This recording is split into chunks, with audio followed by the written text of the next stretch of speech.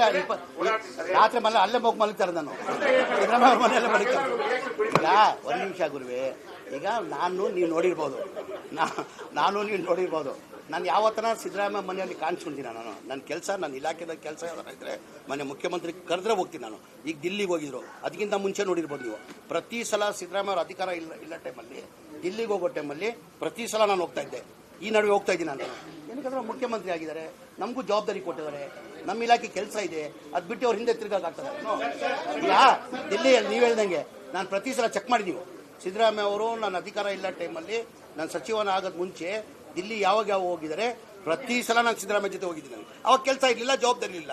ಈಗ ಮನೆ ಮುಖ್ಯಮಂತ್ರಿ ನಾನು ಜವಾಬ್ದಾರಿ ಕೊಟ್ಟಿದ್ದಾರೆ.